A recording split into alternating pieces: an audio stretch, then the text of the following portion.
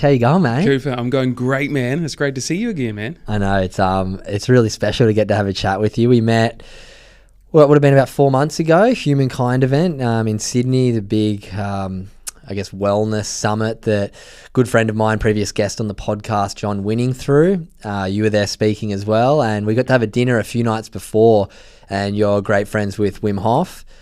I was lucky enough to come to a dinner with my great friend Alex Hayes, and we just got along like a house on fire, I guess is the best way to describe it. And yeah, we said, let's do the potty eventually, and here we are. I'm in New Zealand. You're working with the rapper a little bit now from my intro, so it's like cool to catch up. Yeah, there's been so many mutual connections and alignments, like just different people I talk to who know you or have heard about you, and then, yeah, honestly, there's so many different connections. So this is a friendship I'm really valuing, man. It's really great, and I really admire what you're doing, and it just seems everyone around you is just such epic humans. I think we should rename that from good humans to epic humans, because everyone's just amazing, man, what they've achieved and what they're trying to achieve. Yeah, I'm very lucky with the network I've got and the people around me. It's something that I don't take lightly. I really am super grateful for that. But that's a question I'm going to open for you. So I open all my podcasts with the same question for everyone, and that's, what are you grateful for right now in your life? Grateful? Well, I'm really up here working, Cooper, and sometimes that's a bit of a poison chalice because it means I'm away from my family. But today, my family are driving up to be with me tonight and tomorrow night. So that's what I'm grateful for, the ability to do this work, but also be surrounded with my family. So that's my big one tonight. Amazing. I'm going to throw one of my gratefuls in, but because it's going to say, I'm grateful for you, but I'm going to tell you why, and you'll know in a second. My younger sister came to the Humankind event. She is amazing, Sophia, and she'd gone through a few mental health challenges over the last year, and she really loved your talk and Wim, and did breath work for the first time and started to understand herself a bit more, and kind of got that spark from both you and Wim. And when I told you that, I think on social media, I said, oh mate, my sister's been doing breath work and that, she struggled a bit, and you're like, mate, tell her to send me a message, I'll jump on a call with her. And I know you're a very in-demand man, so for you taking the time out to have a chat to my sister, she said she learnt so much. Mate, I just, from the bottom of my heart, thank you. It's really cool. Thanks, brother. Yeah, that was really cool to connect with her, and I appreciate that too, mate. And no, it was good. I think we got through some good things on that call, and hey, there's more to come there. Absolutely love it, and we're going to get you to speak to my other sister Chloe about some infertility stuff. But let's chat about you. Today's podcast is going to be about your journey, but maybe to let the listeners know, I guess, what do you do? Because I know what you do, but maybe let the people know what you do, because we're going to catch up to that and get some really, really interesting insights into what you do and some tricks and tips that we can take better care of ourselves. Cool, man. Well, I think in a nutshell, I help people who are struggling, and that's people who are struggling with, say, chronic pain or pain that they've had for a long time, through maybe neck pain, knee pain, back pain, or people that are struggling with, say, autoimmune conditions, or not really understanding things like diagnoses they've been given, like Crohn's disease or irritable bowel syndrome, or all these different conditions that we get labelled with. But also I help people who are struggling to be better as well. People who are seeking out to be even better than what they are. These can be elite performers. So I work a lot in the space of elite sport, really around the world in different facets, and helping them achieve what they are seeking to achieve. So I guess, Coop, and there's 3 ways that I work with people, really. One is I help for them to control their situational response to their environment. So then they're in control of their response rather than letting their body dictate their reaction to their environment. They're 2 different things. The second way I work with people is helping them train their physiological response to exercise. And that doesn't mean you have to be an athlete. It could just be, general people going about their daily life. How do we train that response to work, essentially? So that's a really powerful thing we can do for ourselves. And then the third way is more around the movement and mobility and physical. So what I do is I look and see how people move, assess their movement patterns, and then try and come up with a program that's going to really help them become more flexible, more mobile and stronger, and be able to do what they want to do. Amazing. So you do it all, but by trade you're a physiotherapist, but you look at it in a very different way. You have a far different understanding, I'd say, than the generic way that a lot of people look at stuff, and yeah, I'm excited to get to know more about it today. Yeah, so I am a physiotherapist and relatively highly qualified in that space. I've been a physio for 25 years clinically, which is great because it's really a good currency to get me in the door. It gives me credence and qualification, and it really allows me to see a population of clients in a clinical setting that I just don't think that many people get that luxury to actually see someone one-on-one in a clinical setting and assess them, program them. It's a real treat. Yeah, it's amazing the work you're doing. I'm excited to catch back up to your story. What we are going to do really quickly, Arepa sponsors this podcast. Amazing supporters of myself, and now they're working with you a bit. We just did a breathwork session for their staff downstairs from where we're recording today. Everybody loved it. So what we're going to do, little cheers to Arepa to kick off, wet the lips, get the brain fired up, and we're going to get into it. So I guess the way that I run Good Humans podcast is we're going to go sort of through your life chronological. You can talk about as much as little as you want, but I want to rewind back to the start. I want to understand a bit about your upbringing so I can get to know why you're doing the work you're doing. So let's go back to the start. Where were you born? What was life like as a kid? And let's go up into high school. What your sort of childhood was like, family, siblings, whatever you're willing to share that kind of shaped you to be who you are today. Yeah, man. So I was born in Thames, which is sort of at the base of the Coromandel Peninsula there. And New Zealand, yeah? Yeah, in New Zealand, yeah. So I was born there. But pretty quickly with my dad's work, we went to Cambridge and then Hamilton, where I spent most of my years and certainly have the most memories from there.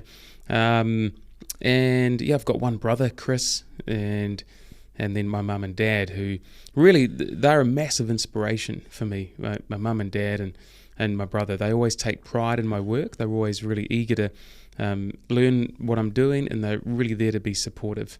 So they've really, especially my dad, he's a great orator. He'll talk to anyone.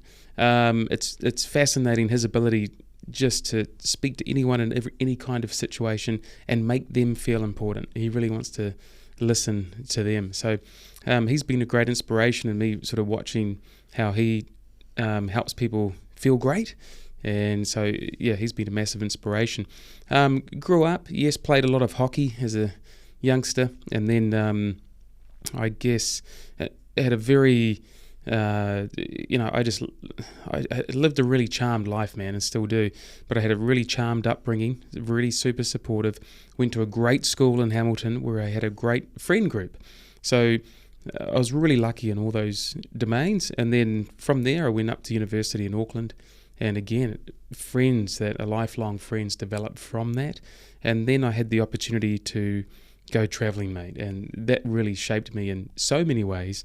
And I lived in London for 9 years, practicing physiotherapy, but also travelling a lot. So I went to 45 countries in those 9 years. Wow.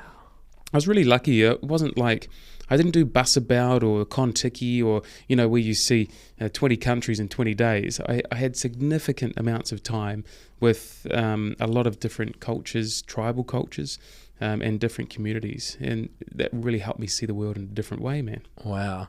I want to go back just to high school quickly because I want to, I think it brings into context maybe the path that you took. When you were in high school, how early did you understand or did you believe that you were going to go into physiotherapy? When was that decision made? What were you looking like? What did you think your future was going to look like when you were leaving high school? Mate, I knew I wanted to be a physio from intermediate school. Wow. Yeah, from the age of 11. Why? What was that passion from? Yeah, I think I was always the one in the family that would make first aid kits.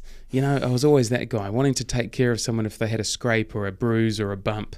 I always had that, and I even remember from my grandparents, we used to, if someone got a cut, they'd put on this, it was called tink, we called it. I'm sure it was very harmful to our body now, but we used to put this red liquid on our cuts and scrapes, and I was always infatuated with that, the healing process, and also the preparedness. How are we prepared for different scenarios? So I remember at the age of 11, I did a assignment, what is physiotherapy? Wow. And then all through, I remember I did those assignments again in the high school years. And then in high school, I went and had experiences with physiotherapists. I remember a good friend of mine, his grandparents had a car accident. When they were rehabilitating in hospital, I went and spent time with that physio. And I did a case study on that when I was at high school. But then also there was other instances of spending time with physios. It was really the only thing I wanted to do, and it was the only thing I applied for at university, which it's great how it paid off because they only took 55 people in that course. And there was a stratification of, you had to be relatively academic, and I certainly wasn't super strong on that front. But I made it in, and but that was what I wanted to do for a long time. Wow, it's so cool that you've known what you wanted to do for a long time and got to pursue that passion. Let's kind of skim past uni and talk about once you qualified, what that next chapter was when you said you went overseas, London, 9 years, what drew you to going overseas, and what was that first sort of initial experience, and what drew you to wanting to travel to so many countries and get to experience so much? Yeah, I think my parents, they took us to America when I was 16. That was the first time I sort of travelled, and I really enjoyed it. And I think that really set off the spark. So I went to university, came out with my degree and knew I knew nothing. So I went back to university, got a postgrad diploma and did some more study, and then worked for a little bit. But there's a thing in New Zealand, and the Australians are the same, the big OE, overseas excursion or overseas experience. And that was on the radar. And so my best mate, he was in physio school with me, and we started traveling together. And what drew us over there, it was kind of like, it was what Kiwis could do, because seeing we've got that Commonwealth relationship with England, you could get registered over there as a physiotherapist relatively easily. You could get a immigration entry into the UK quite easily. So that was really going to be the base. And then just started traveling, and first step was Thailand and then Vietnam. And I wanted to go to these far-flung areas that I'd heard of or read about, but didn't really know too much about the culture. From Vietnam, went to Turkey, had a month around there, and then we went to England, settled a little bit there, and then we're like, wow, Iceland. Yeah, well, let's go and see what that's about.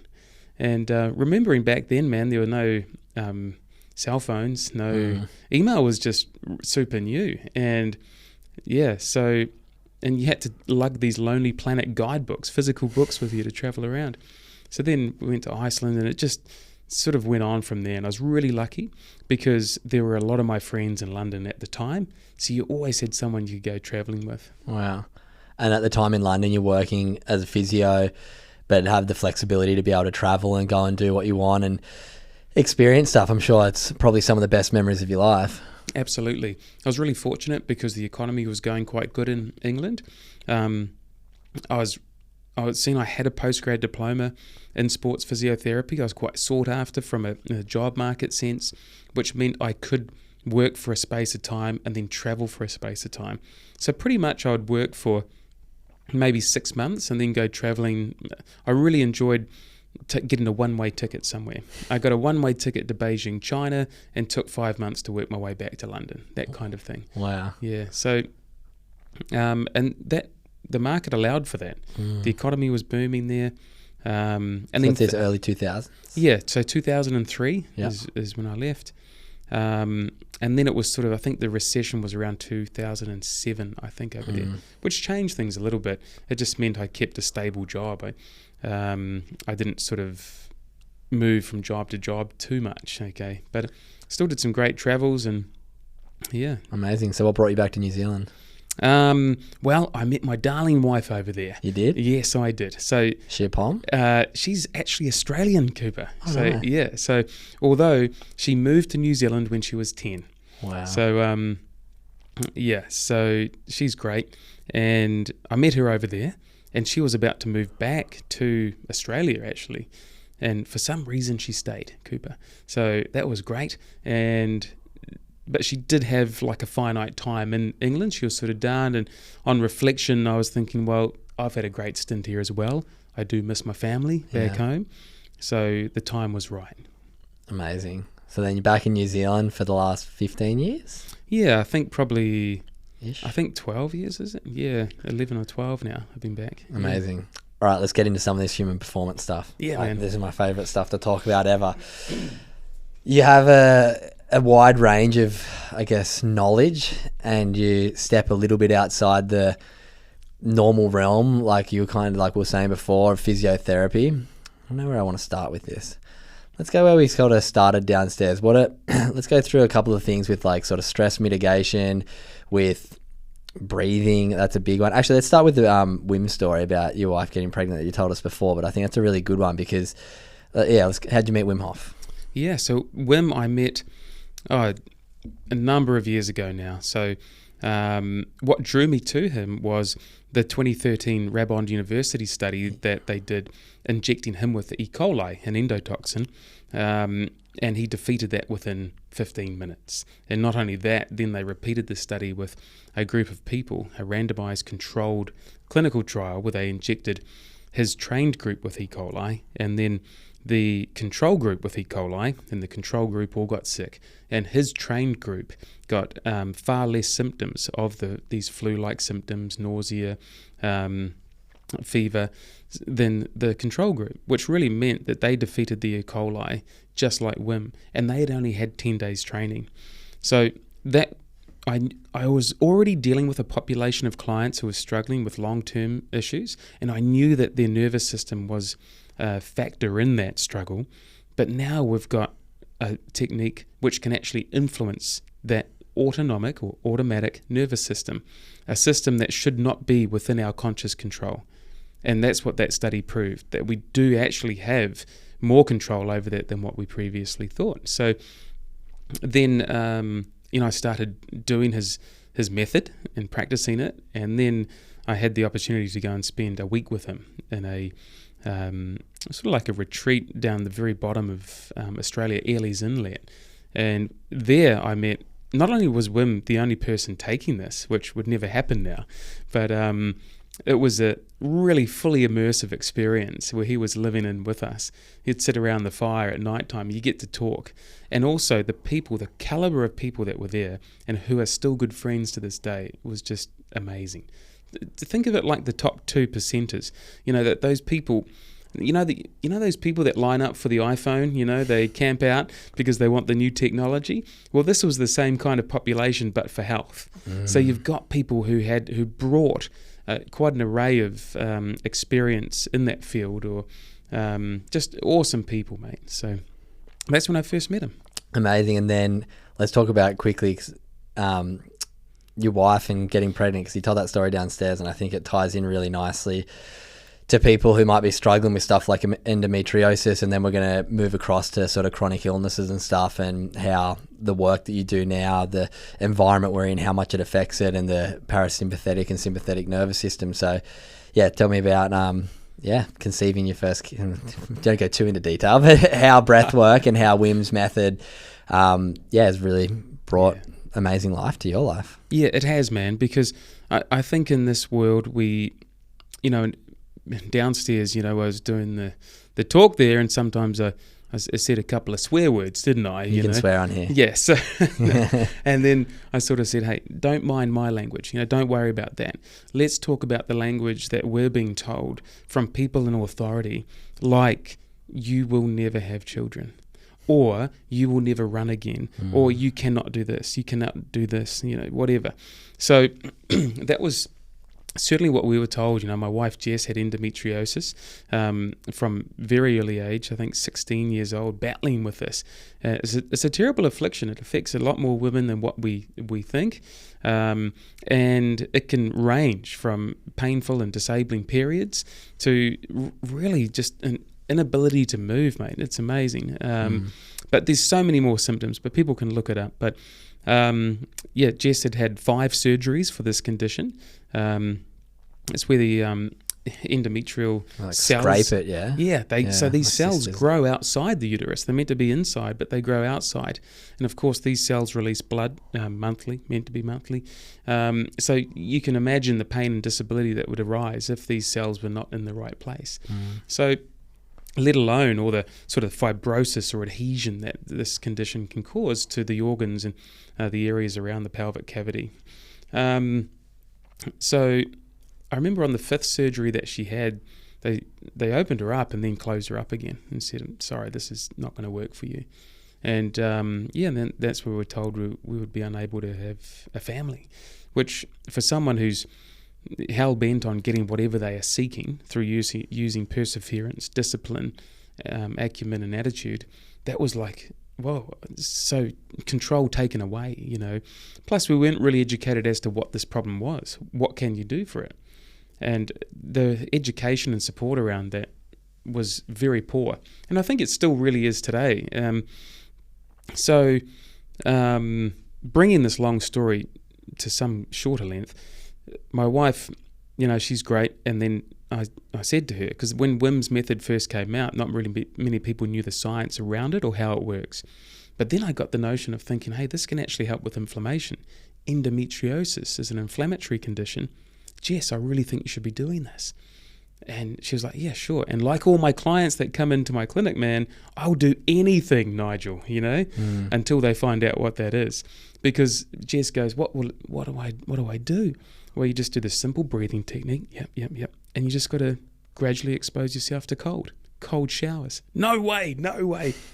You know, because if you need this technique, you fear it. Yeah. So it's logical for people who are running in a high inflammatory state, or if they have anxiety or depression, they will hate the cold. So that was quite confronting. So she said, no, I'm not going to do that. And then as I went on in my practice and understood a bit more about the mechanism, I was thinking this could massively influence the hormonal system, something that is problematic with women with endometriosis. So I went back to her. I said, hey, Jess, I really think you should do it because from the hormonal perspective. And then she's great. We never scrap or anything. But from this one occasion, she roared up on her hind legs and said, I'm sick of hearing of this Wim Hof method. I don't want to do it. That's your thing. And I was like, okay. All right. I won't mention it ever again. And then, you know, sure enough, I still haven't worked out how women work there, Cooper. But 3 days later, I hear this. And I'm thinking, have I left the tape on in the lounge? What's going on here? So I walk in and here's my lovely wife in the lotus position doing the Wim Hof breathing. And she was like, go away. So, yeah, and then 12 weeks later, mate, we conceive our little rippers. So I think, so then from there, at the heart of it, I'm a health scientist, okay? So what was that? Was that pure consequence?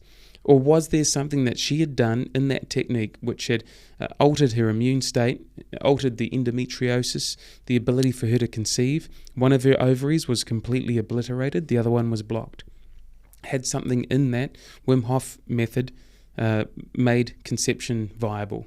So, seeing I'm a health scientist, I want to find out. So I wrote a study along with Dr. Marty Bevan from the Waikato University and about investigating the role of the Wim Hof method in women with endometriosis. And it was great. Marty and I worked on that for probably 2 or 3 years, mate. There were so many close calls of people wanting to fund this study, and then for some reason it fell apart at the last minute. You know, people with crazy amounts of money, mate. So, and for some reason that study didn't go through. But a lot of money in pharmaceuticals for endometriosis and surgeries, and mate, it is funny. I just wonder, you know, I don't want to think too hard around why that funding was pulled at the last minute on multiple occasions. But an update, and for your viewers, they'll be the first to know this. The Wilson Foundation in Australia have now contributed a significant amount of money to make a pilot study of our study viable. Amazing. So yeah, so that is going to be happening, and we're working through that right now. So I wrote that study maybe 7 or 8 years ago, mate. Yeah. Wow. Maybe 7 years ago. Good on you, man. And so, congrats on the kids. You got 2 beautiful little ones now. I'm going to meet them tonight at dinner. Yeah. And and your beautiful wife. So I'm looking forward to that. But yeah, thank you for sharing that. Let's start going into some stuff that I'm sure a lot of my listeners will probably relate to. Things like depression, anxiety. Do you want to explain to me what depression and anxiety are and how you angle to treat them rather than maybe the general construct? Yeah, so I think we need to understand a little bit more about mental health. Yeah. And I think we need to understand what mental illness is and maybe separate out those two. I love that. Yeah. Because I always talk about that mental health and it's not mental illness. Mental health is something we all have. mental illness is something that affects 20% of us statistically. You've got it, brother. So if we could think about mental health maybe in the way that we think of our physical health. Exactly. You know, if we've had a hell of a summer and we've got 10 kilos on board that we perhaps didn't have in November, as a society, we have the notion that there's a way out of that. There are some techniques and tools that we can do which are going to positively influence us to lose that 10 kilos, which we might have put on over that time of eating more. We should think the same about that for our mental health, knowing that if we are feeling this state of muted happiness, or if we're feeling agitated, overwhelmed, too much work, tired and stressed, we should know that there is a process that has caused that. And that process is typically caused by our environment that we're subjected to. So when we can understand that, and then if we want to go a little bit deeper, how about we look at the role of inflammation in depression? And we understand that 40% of depression is caused by inflammation. So it is logical that if we are living a lifestyle which is promoting high inflammation, then that might be part of the reason. Depression there's so many things that influence depression. But I think if we don't think about these things, we get nowhere. We have to look at some of these things. And what if we are one of the 40% whose depression is driven by inflammation? Maybe we should be taking on some anti-inflammatory modalities that are more holistic than perhaps taking the drugs, which, interestingly, Cooper, the people with inflammation as the cause of their depression, the drugs do not work, but you still get the side effects. Wow. So I would really rather that chat opened up in Mental Health Awareness Week, rather than just talking about even funding counselling, because unfortunately counselling, as important as it is, there are better modalities out there. There's a great book, man. I don't know if you've read this, but I'd suggest you do. It's called The Body Keeps the Score. I haven't, but I will. Yeah, The Body Keeps the Score by Bessel van der Kolk, an amazing author, psychiatrist, and he got into psychiatry, I think, sort of when the military were coming back from the Vietnam War. So you're seeing a lot of people with PTSD, and they were doing all sorts of different techniques, like drugs, I think Prozac came out in 1982, something like that, and then they moved into counselling, group therapy, where you all come around in a group and you talk about the struggles and your PTSD and all of that. And he was sort of working out that, wow, this stuff isn't really working that well, this group therapy or talking or counselling. So then he did a remarkable study where he took a group of his clients and he had them write out their trauma. So typically PTSD arises from some exposure to a trauma. And the one that sat with me was the woman who was driving her motor car, and then she looked around and saw her little girl wasn't buckled in. So she reached around to buckle her in, and she went through a red light, got T-boned, and the little girl died. So that was the cause of the trauma for this woman to go into this post-traumatic stress disorder state. So they all wrote out their traumas, no emotion, just the factual summary of events. And then he put them into an MRI scanner, a functional MRI scanner, which looked at their brain in real time. What he found that their Broca's area in their brain, area 21, shut down in every one of these subjects that he looked at when they started reading their traumatic story. And he was like, oh my days. The Broca's area is the speech area, Cooper. So people cannot articulate speech when they're trying to talk about their trauma. Wow. And that was the very thing what he thought was good for them. Let's talk about this trauma. Let's draw this out. But what he realized was it was actually opening up a scab that couldn't heal. And he was also drawing out or forcing people to talk when physiologically they couldn't. Mm-hmm. So then he moved into looking at yoga, movement therapy, breathing, to really influence the autonomic nervous system. It's a great book. It's a bit of a hard read, but read it. The other way I would suggest to your viewers, because I know people's attention, for the ones that are still hanging in there through this podcast, right. People's ears are going to be glued to their headphones. Their attention spans are going down, and that's another sort of consequence of our environment. Our attention spans are so short now. But what you could do, let's say if you didn't want to read Bessel's book, would be Google Bessel van der Kolk podcast. I'll leave it in the show notes. You got it. And then just listen to people interviewing him. He's remarkable. Yeah, I'm going to get onto that, and I'm sure a lot of my listeners will too. Let's go to inflammation now. What is inflammation? I don't know if we kind of just talked about that, but now let's talk about some of those. And I know you've got many of them, so let's kind of go through them, because I feel like this is probably a podcast a little different to my normal ones. People are going to get some really valuable stuff here. It's a lot of stuff that I already do, from grounding to breathwork to sauna, ice. But let's kind of go through each of them that you think are viable for people to try. Most of them are free. So yeah, let's kind of go through that, from the coldness of our house that we were talking about this morning, from flexing our abs. It's another good one. So yeah, what is inflammation? Why does it affect us? And yeah, how do we lower it?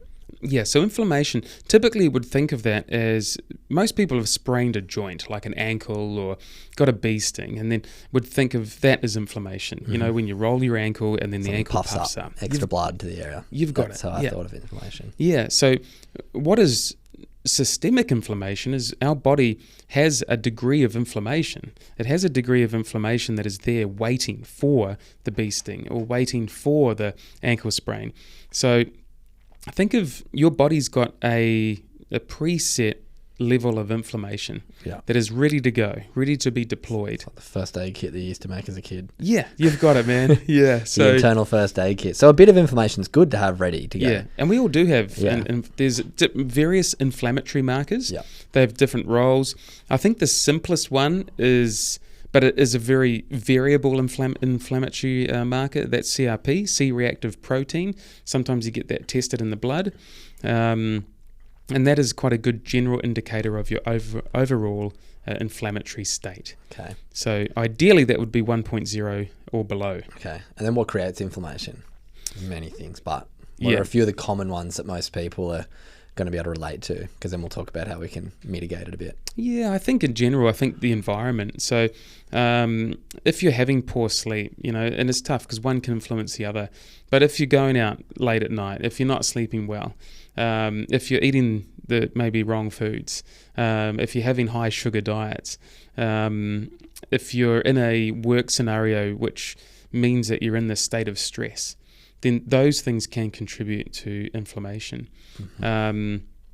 If you're isolated from people as well, but there's so many factors that can cause it. Is it from our body being in the sympathetic system more, like the fight or flight more, that creates inflammation too? That'll certainly put you into the sympathetic state, the more inflamed that you are. Yeah. But it can be environmental things that we don't even see. Like maybe you've got a heat pump in your classroom or in your workspace that hasn't been maintained and it's pumping out mold.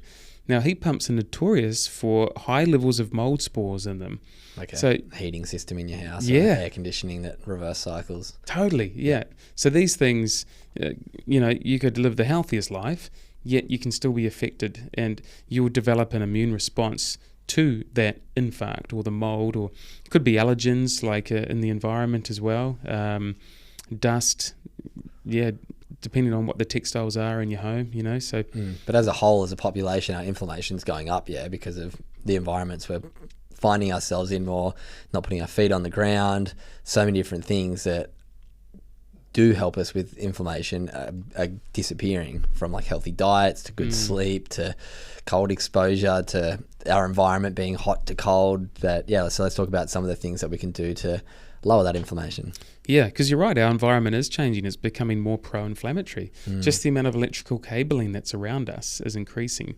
Wi-Fi in the homes, these smart homes which now run on electrical cabling, that they all affect inflammation, man. It's wild. So, wow. And that's a real thing. You can measure that.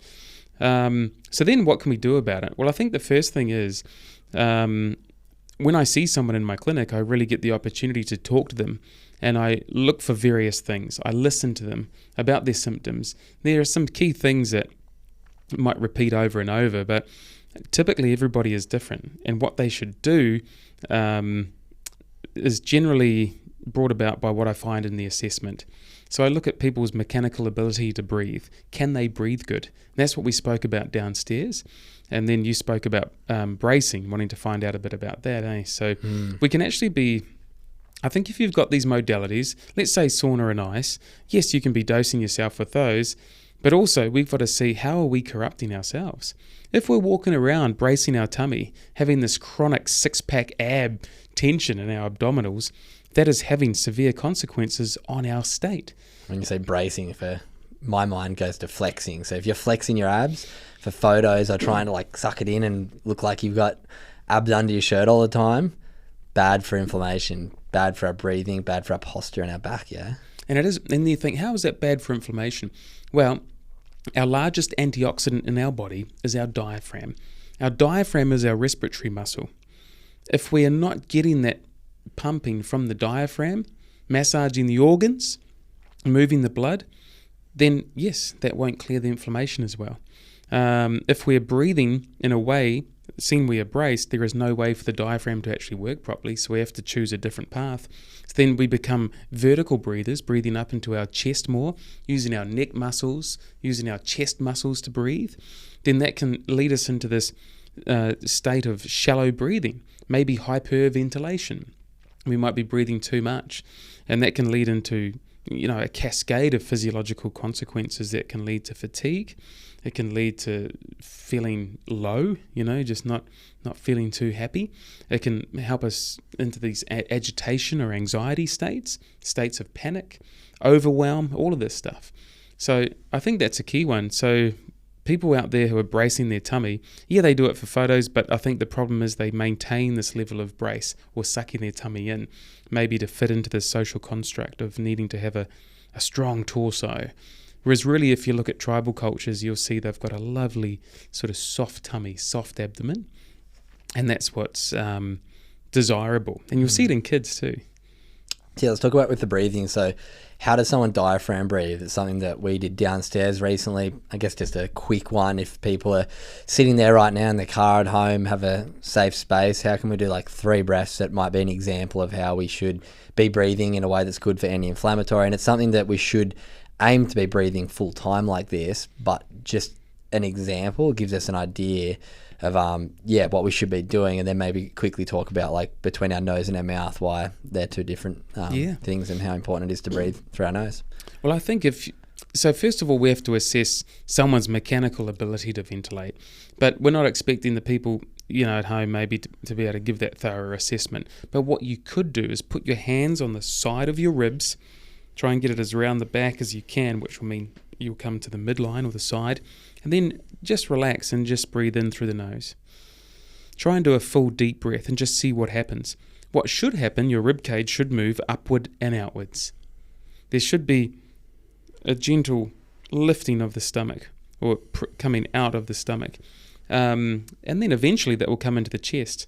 What we see in these sort of dysfunctional breathing patterns, people will breathe into the chest first, and there won't be too much width happening down in the bottom, and maybe not some coming out of the tummy here. So then we think about, all right, well, how can we influence that? So stopping short of assessing every one of your listeners, how can we give something a tool that they can do right now? And that is to exhale out fully. What happens, a byproduct of that non-diaphragmatic breathing, or the chest breathing, apical breathing, is that our lungs, they get the air in the top part, and then the blood sort of falls to the bottom part. We ideally want a very graded and equal perfusion of air and blood throughout our lung. But when we shallow breathe, we only get this sort of short depth. We go in, out, in, out, in, out. So that means we have to breathe faster, more repetitions of breath in 1 minute, but also we struggle to get a full breath in. The problem is, a lot of people, when they talk about breathing, they'd be encouraged to take full deep breaths. Well, to the person who's a shallow breather, that will be almost impossible, because their ability to breathe is limited to only that first quarter of their lung, if they think about it. So I would encourage the listeners to do this little short practice of 3 large exhalations. So we breathe all the way in through the nose, and then we exhale as long as possible, really lengthen it out as long as possible, and then blow and huff out at the end, and then breathing all the way in, and then breathing out as long and slow as possible, and really get the last little bit of air out in the bottom of the lungs, huff and squeeze it out, and then breathing all the way in. So what that does, it gets rid of, or it helps us get a full piece of real estate from that lung. Rather than that shallow lung that we've been using to ventilate, we now get an opportunity to get rid of all that stale air out of the lung and start from the bottom up again. So that would be a very simple, generalized technique. Yeah, so breathing, trying to make our rib cage go up and out, but really trying to make sure we completely exhale to empty the lung so we can really get the fresh air back through. Can you quickly go on about nose and mouth, what they're meant for? Yeah, so... And this is key from, children upwards. The nose is for smelling and for breathing. And the mouth is for talking and for eating. And if we keep it that simple, that means that most of us should shut our mouth. Because if you use your mouth for breathing, you're really missing out on the at least 26 different functions that the nose will provide us, which is the nose warms the air. It humidifies the air. It's got mucus in there to trap environmental particles which might not serve us or might lead into disease or infection. It's got cilia, little hairs that filter the air as it comes in. There are turbinates inside the nasal cavity which help to spiral the air at the appropriate pace into the lungs. So there's so many different benefits from nasal breathing. Nitric oxide is another one. Nitric oxide is a compound which is a vasodilator, opens out the airways, and it is also a sterilizing agent. So we've got that in our nose. I think it's about 200 parts per billion in our nose, whereas in the mouth it's only at about 10. So it's much less. So we should be breathing through the nose at all times. And when I say that, that goes for my athletic population as well. If you're running out onto a rugby field breathing through your mouth, there's no reason for that. You can breathe through your mouth when you've reached the maximum limits of your exertion and your capacity. But that should be only a small percentage. What I see is this epidemic of people breathing through their mouth as the first port of call. And we shouldn't be doing that.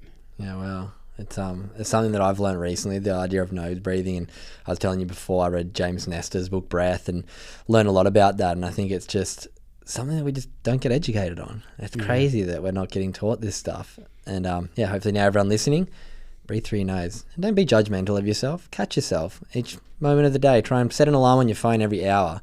Look at it and go, ooh, am I breathing through my nose and my mouth right now? Am I breathing down to my belly, expanding my ribs?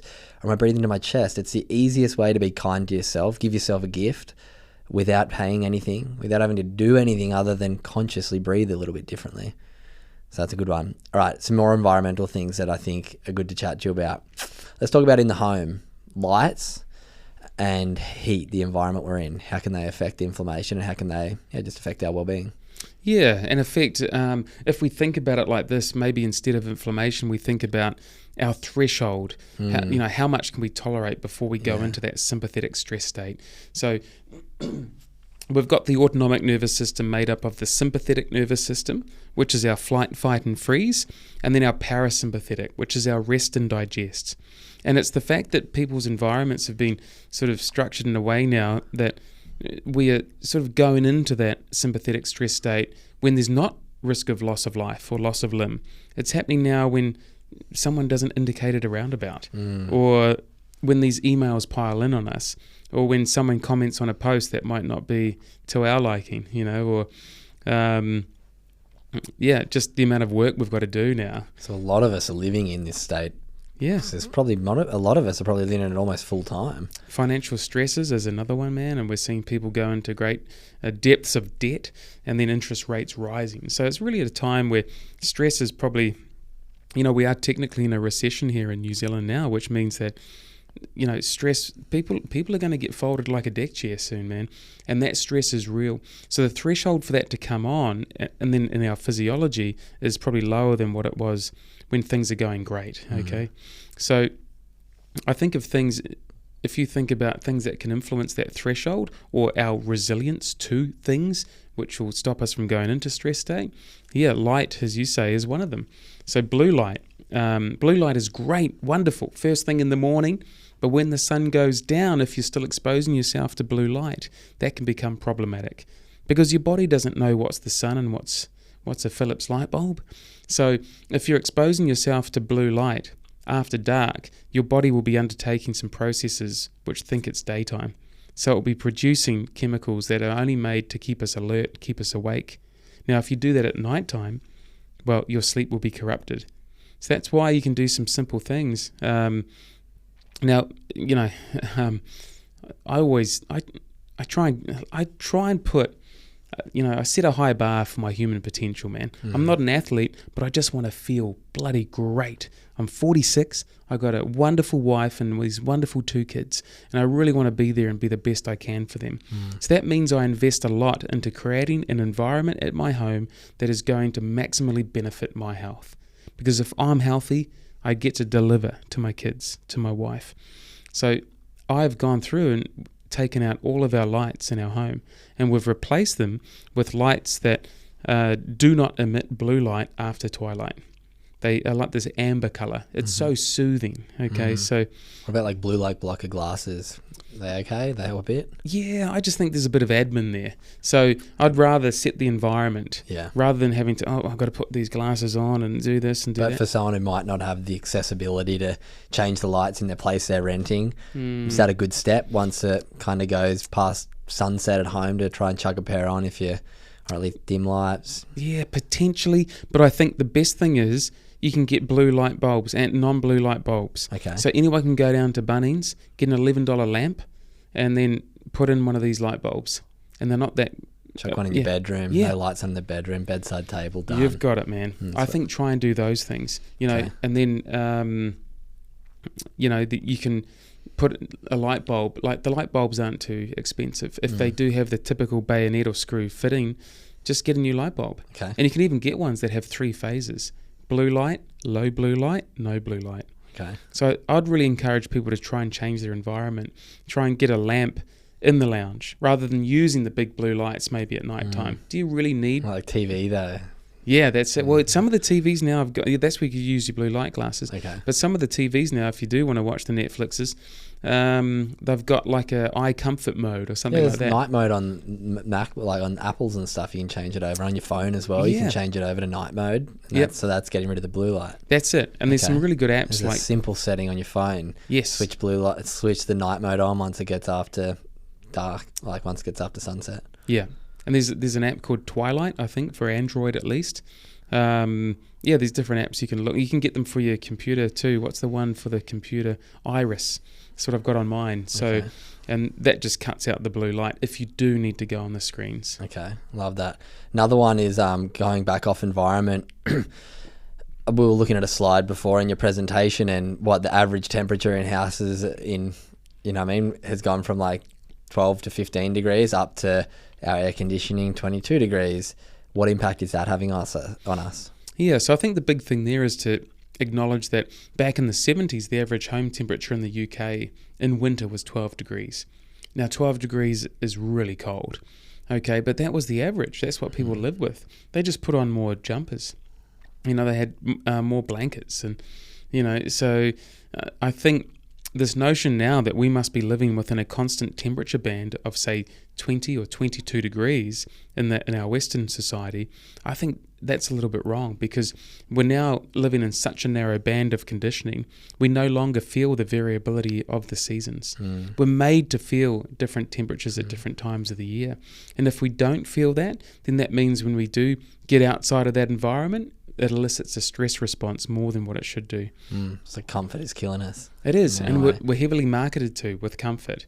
And that's and also legislated in New Zealand now. If you have a rental property, you must have a heat pump in there. So these heat pumps, which control the temperature to 1 degree, is in every home now that's been rented. Now, in our cars, with the car we just drove in before, you could have set your temperature to 19.5 degrees, and Chanel could have been at 19. Why do we need a 0.5 of a degree difference? It was surely we could... I never had air conditioning in my first cars, But it's been given to us as a comfort, but there's a price for that comfort, and that's fragility, man. Yeah. And the comfort too comes from, say, wearing shoes all the time. Yeah. Let's go into this grounding. I think this is amazing science that we're just... You look at... I mean, I'm so far from a doctor or scientist and even know how to read studies, but some of the minimal research I've done and videos I've watched about this makes so much sense. Since we've concreted every road, we've put rubber soles on every pair of shoes. There's people who live in, I was just in Europe, and there's people who live in cities whose feet wouldn't touch the grass, the bare ground, the sand, ever. Yeah. like ever. What impact is that having on us, and what do we get from touching the earth? Because there's anti-inflammatory and there's energetic fields from the earth that ground us. Exactly. And when you try to have that conversation with some people, they immediately say, "Whoa, what's this guy on?" But when we look at the science of grounding, well, what is it? Well, we take on an electrical charge, and that's dictated to by the environment that we're in. So electrical cabling being close to us, the proximity of that to us, appliances to us, will be emitting this electromagnetic field, and you can measure it. So we can take a voltmeter and measure how much voltage is going through our body at one time. And that voltage, we're made to be grounded. We're made to be barefoot outside on the earth. That voltage would go through us and into the ground. So our body would be at zero. Yeah, it's like the grounding with electricity. Exactly. They grounded it gets out the voltage through us and grounds us into the earth. You've got it. So what happens is now we are wearing these plastic and rubber-soled shoes, but our houses are no longer grounded. We're made to be an earthen floor. Huts, really. We're made to be outside barefoot. Now, seeing we're not grounded, the body will send out neutrophils and lymphocytes. They're two inflammatory cells in order to deliver a proton to this charge to neutralize it. But it will never win. So it's this cascade of inflammation coming out, trying desperately to neutralize this charge, but it won't win. So then we stay in this state of inflammation. So that not only elevates our inflammation within us, that can cause poor sleep. That can cause lack of REM sleep, lack of deep sleep. That can cause so many different things that are not beneficial to us. So by taking your shoes off and being outside, and concrete is conductive, so if you're outside on concrete, you'll be grounded. Okay. Asphalt isn't.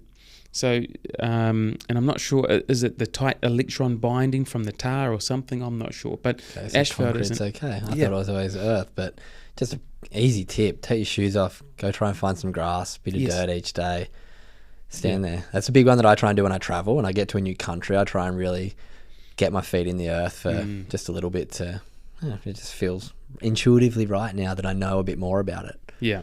And there's some deeper things we could go into on grounding. For example, my whole family, we sleep grounded, mate. Yeah, tell me how you do that. I'm going to start doing it. You can buy grounding pillows and stuff now that you put a charge out to the ground and then bring it inside and wrap it around your mattress, yeah? Yeah, exactly. So the grounding technology now is they are building these stainless steel fibers into cotton or fabric, okay? Wow. So what you can do, you can have a sheet. It's very flexible, and you can put it on your mattress under your top sheet, so you put your fitted sheet on just like normal, and what you do, you don't even have to plug it into the earth outside, you just plug it into an electrical socket, because the bottom pin on the electrical socket is the earth. Yeah. You've got it, which is literally a wire going throughout your home into a grounding rod shoved into the earth. Yeah. So then that conductive mat will then just piggyback that grounding. It will just be an extension of your grounding rod, and it'll be underneath you.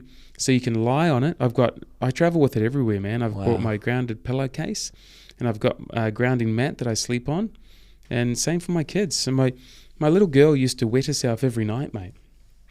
I put her on a grounding mat, bang, she stopped and hasn't done it since. Wow. Yeah, there's some great, I've watched a lot of good YouTube videos on it where people have got babies that are just always crying and really unsettled, but the only thing that'll settle them is when she's outside standing on the earth holding the baby. It's like, yes. Yeah, there's stuff to it. But another thing that you do a lot of, sauna and ice baths.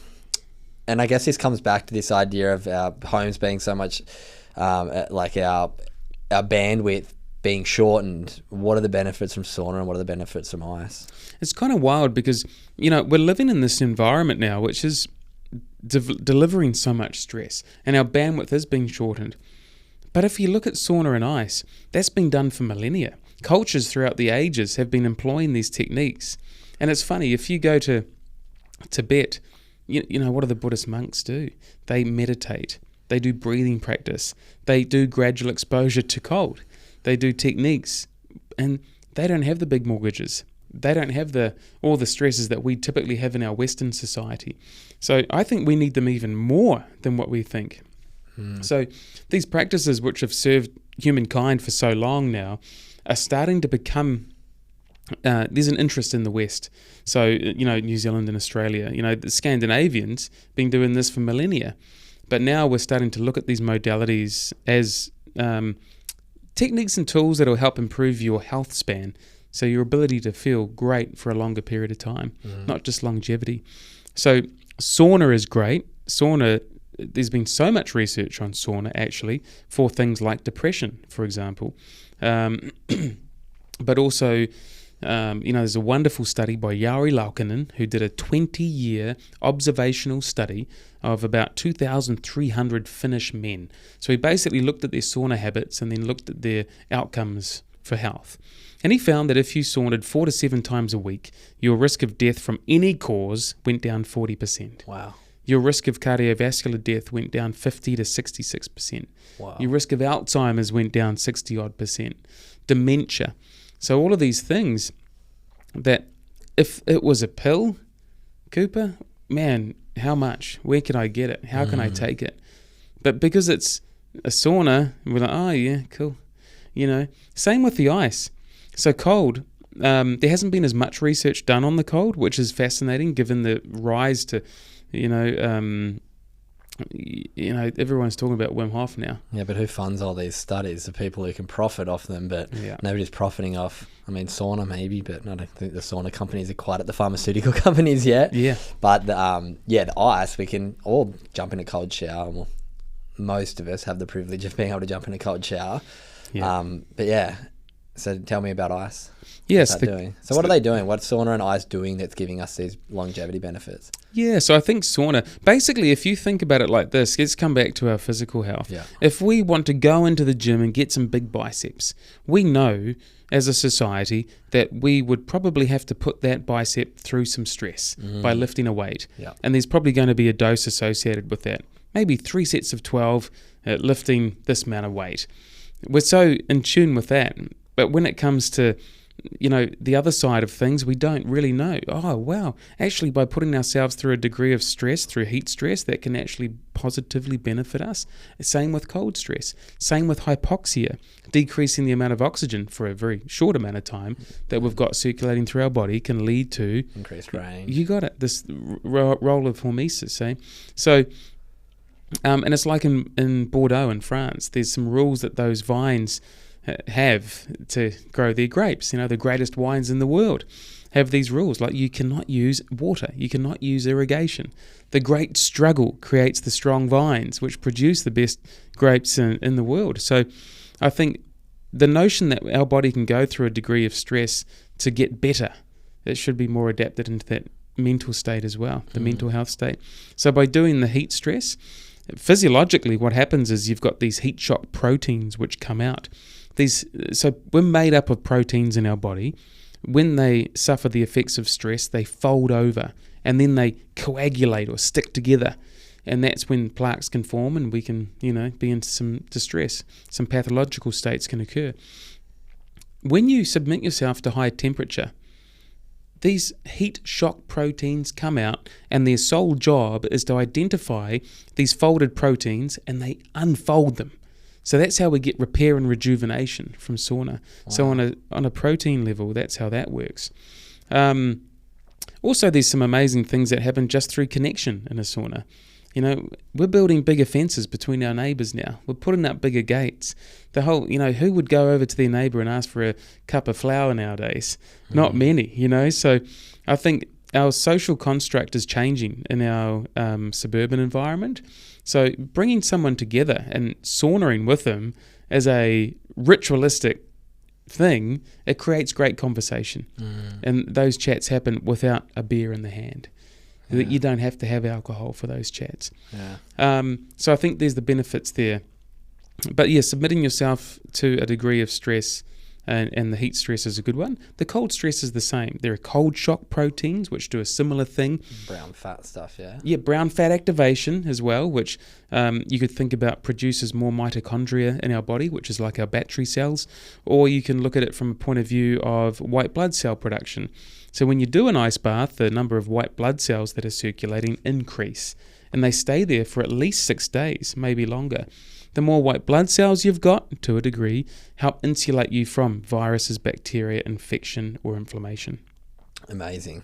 Man, I love talking to you about this stuff. We've still got a little bit of time. So I want to go across to the high performance sort of athlete people you work with and talk about, because something that touched on at the start when you're explaining one of the kind of three, I guess you'd call domains that you work in, is the idea of helping people respond to situations rather than react to situations, which I'm guessing comes a lot down to mindset and, just understanding about the way that we respond and react to stuff.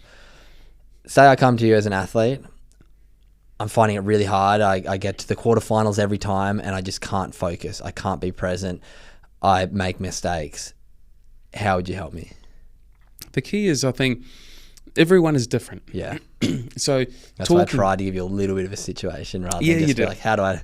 But yeah. Yeah, no, you've got it. So we'd talk, Cooper. I'd talk with the athlete or the person involved and just understand a bit about what's going on in their life. Now, that also gives me a window into an opportunity that they don't even know I'm looking for. And that's, I'm looking at their cadence of speech. I'm looking at their recovery breaths. How do they take that? Where are they breathing? How do they cope with a consent form and reception? And, you see someone, they might get given a consent form and they might be like, I'm a GP. Oh, I've got a GP, but I don't know who it is. So you look at how they are interacting right from the outset. And then we talk about what's going on. And that typically starts with, how's your sleep? And most people will say, yeah, good. And they're quite defensive about it, Cooper. And then you articulate that into, you qualify it or you quantify it by saying, all right, are you asleep within 15 minutes? Yes or no? And often that's a no. Then are you awake between 2 and 3 in the morning? And then you start to just pull on these threads. You get more and more information out of them, because what I need to do is understand what is the priority for improving their performance. So what do I need to work on? What system do I need to work on which is going to give them best bang for their buck for their performance? For some people, they may have a disordered breathing pattern. So maybe their diaphragm isn't working, maybe they're chest breathing, and that's causing them to hyperventilate, which will reduce your cognitive function at those key moments.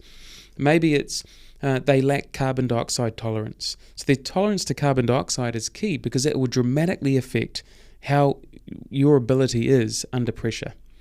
So you need to be able to execute your skill set and talents at high levels of pressure. And one of the derails of that is having a poor tolerance to carbon dioxide. And then I'd look at some other things too. And sometimes people need some ingestibles, some supplementation, which might help. Or there might be some other things too. But basically, I think at the crux of it, mate, can you breathe good? Yes or no? And if not, we need to sort that. And is the tolerance of carbon dioxide enough for you to execute your skill set and talents under high pressure? Yes or no? And then there is some education around the physiological response of stress, what's happening in our body when that happens, what are the opportunities, what can we train. It's amazing. No one's the same. And sometimes I see, like, this is why you need objective testing as well. Like, what tests can we actually do? So I've got clinical experience of 25 plus years, so I can have a sense and a feeling, but then I need to prove it in an objective way. So there's some pretty cool tests that help us with that. Blood work and stuff. Well, even simpler. But blood work is, say, if you're going to that next level to identify why someone might be in a pathological state or a disease state, then you can look to pull on some things. Often there'll be a pattern in the blood work, and then you can isolate what maybe someone should be supplementing. But I do that with assistance. But there's way simpler things we can start with. Like the low-hanging fruit of shutting your mouth. So, like the low-hanging fruit of, are you a mouth breather? So, if you're a mouth breather, especially at nighttime, you should look at some different modalities, like the potential for taping your mouth at nighttime. Does that make you feel better, yes or no? Some people will freak out at that and say, oh, that's crazy advice to get people to tape their mouth at night. But I think maybe crazy that might... not to. Yeah, totally. Not to try. You will not die. Okay, so I think... Unless you got a blocked nose. Don't do it. No running nose. Yeah, I think there's some... there are some obvious things which might stop that from happening immediately. Like if you do have a cold, maybe not the best time to start taping your mouth. But wait till all things are equal. If you do have if you're in that 5%, if you think that you shouldn't, and then you can prove it with, say, a diagnosis that should preclude you from doing that, yes. But if it's just the sake of, that sounds crazy, then that's not a reason. Yeah, and if your partner snores or you snore, it's a massive one for that, yeah. Mouth breathing is like the biggest cause of snoring, yeah? Yeah, you're right. Yeah, so these things, oftentimes if they are snoring, there'll be perhaps a disordered breathing pattern as well. And yeah, the mouth taping will help, but then also we need to look at what is your mechanical ability to ventilate like? Can that be worked on? And there's more and more people now, like there's physiotherapists that are specializing more into breathing. So hopefully people will be able to seek out some experts in their field, in their area, which could be useful for them. Yeah, I guess that was kind of my last little run of questioning. I wanted to say, what advice do you have for people to easy to access somewhat resources for some of the stuff we've talked about today, or some either books or podcasts, or where would you point someone if they wanted to learn a bit more about some of the stuff we've spoken about today? I think the book that you mentioned by James Nestor. I was on the International Breathing Festival with James. He's a great guy. He comes at it from a view of wanting to disseminate the facts. So he's not selling a product. He's trying to inform people. And his book is called Breath. Yeah. Yes, that's a great book. My good friend, Patrick McEwen, he's written a great number of books. One of them is called The Oxygen Advantage. The most recent one is called The Breathing Cure. I think that's a good one to have a look at. I think those books are really, really good and really noble. We're seeing a big sort of increase in exposure of breath work. I think be careful out there. There's a lot of people doing holotropic or that kind of breathing that sends people into different states, or trauma release breathing. I just think go careful. There is some other things we can look at that maybe don't go to that extreme. And then also look at what is this technique serving? Is it serving me, or is it serving the ego of the instructor? So if someone's trying to take you to cloud 9 and not telling you why, then I think there are some other ways that we could look at optimizing breathing rather than going into that deep state. And also careful with trauma release, because, as we look at the work of Bessel van der Kolk, do we really need to be opening up those traumas and picking off those scabs? Yeah, interesting. So due diligence is required, as with everything. Just like medication. What's in the top 5 killers in America? Prescription drugs. Yeah. So I think breathing is great. And like with all modalities, there will be some people, I guess, taking advantage or maybe pushing the limits, which might not be serving the client as well as what it could be. But I think it's just a baseline breath. Like, there's all breath work, absolutely amazing. I do Wim Hof each morning. I love it, but even just from doing a session with you this morning, it's completely changed my outlook on breath work. I thought I knew quite a lot about it. I thought I was doing it right. But just the small cue of, it's not breathing to your belly. That's kind of vertical breathing, just down and up. It's down, but then out and up with your ribs. And you had your hands on my sides, and it completely has changed my whole outlook on breathing. So I think just continuing to educate yourself and continuing to be curious and open-minded to the fact that you might be doing it wrong sometimes, and that's okay. You might learn from someone who you think's an expert, and then you can learn from somebody else, and just finding what works for you and what makes you feel good. Because and it comes back to, it's not just about the breath work, it's about how you're breathing every day. Like I said before, put an alarm on your phone that goes off every hour for a week. Just check in with yourself. Am I breathing to my nose or my mouth right now? Am I breathing down to my ribs with my ribs going out, or am I just breathing into my chest? These are just those small ones that take a bit of work, but can have a massive, massive impact on us. Yeah, too right. It's what we do on the daily that's going to influence the most. Yeah. And I think the biggest thing for the listeners is shut your mouth. Try and breathe through your nose. When you're talking to someone, are we breathing back in through our mouth or our nose? Try and make it the nose. Yeah. Such a powerful thing. But there's been so many great things that we've talked about today that I think are good takeaways for people. It hasn't just been... It was amazing. We learned about your story quite a bit. We learned about your amazing story with meeting Wim and falling pregnant when you got told you'll never have kids. I think people will get a lot out of that, and maybe hopefully expand some people's minds who thought, maybe I don't have to listen to the diagnosis that I got from this one doctor who I just trust because he's my GP. But you know what? Maybe there is other ways. So I'm sure there's people who have learned from that. But then there are a few other things, obviously breathing.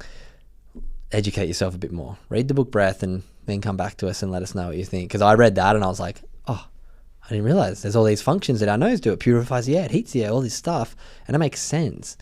But we just don't get educated this stuff. So that's amazing. Grounding, another huge one. Trying each day, just get some feet on the ground, bit of your body on the ground, or the amazing grounding products for not your, but the grounding products that you mentioned. I think it's another good one to look up. Blue light, that's another good thing we talked about. Go and change a few light globes, even if it's just in your bedroom. Start with that. If you're spending time in your bedroom, do that. Change your computer over to night shift, your phone over to night shift. That's something I'm going to do tonight. I do it with my computer, but I don't with my phone. These are all just little things that can have big impact that we don't realize. Sauna, ice bath, this is expanding our range to be able to deal with adversity, whether it be the physical adversity of this or the adversity that we deal with through stress every day. It's much of a muchness. Our body can, learn how to be able to handle more. But yeah, man, thank you so much for catching up. It's been really special to get to chat. I am so inspired by your work, and our friendship's really cool. It's cool to know that you work with people like the Wallabies, the All Blacks, all these amazing organizations. So to get to sit down, pick your brain and learn from you has been an absolute pleasure. I'm looking forward to hosting an event with you tomorrow and continuing our friendship, coming to one of your events later in the year, hopefully with my good friend Alex, and just expanding my knowledge, but also our friendship. So hey, thank you so much. Thanks for having me on, Cooper. Absolutely. I've got one more question that I do finish all of my podcasts with, and I'm very excited to hear your answer to this one. So what does being a good human mean to Nigel Beach? I think, being a good human. We come back to some core morals that we should sort of maybe think about, the so simple ones. Treat others like you'd want to be treated. That kind of thing, man. But also I think, when I first met you boys, I was saying how when you walked into the room at Aura in Sydney, I guess you had a choice. You were going into a room where most of them were, adults, older than you guys. Maybe you guys didn't quite fit in on that social scene there. You could have walked in with your shoulders down and your head down. But you both walked in with your head up, smiling, shoulders back, ready to engage. And I think, man, as soon as I saw that, I was like, well, I'm going to have to talk to these guys. So I think that's being a good human, because you're really opening yourself up to these opportunities as well. So I think, stand tall, lift yourself up, feel great about yourself and what you can give to others. Have that confidence, and then good things flow. Mate, I absolutely love it. Well, thank you so much for sharing your knowledge, sharing your wisdom, and sharing your story on Good Humans. It's been an absolute pleasure. I'll leave in the show notes a little bit about you. Do you have a website? Where can anyone get in touch if they want to? I know you're pretty highly sought after guy, but I've got to get a website. You're good enough that you don't even need a website, and people are still coming to calling you out. Instagram, maybe, like just Nigel Beach, Beach, just like the ocean, mate. So we'll leave that in the show notes. Yeah, that's probably the easiest. Amazing. Well, thank you so much, brother. It's been an absolute honour. Yeah, we'll catch up soon. Thanks, Cooper.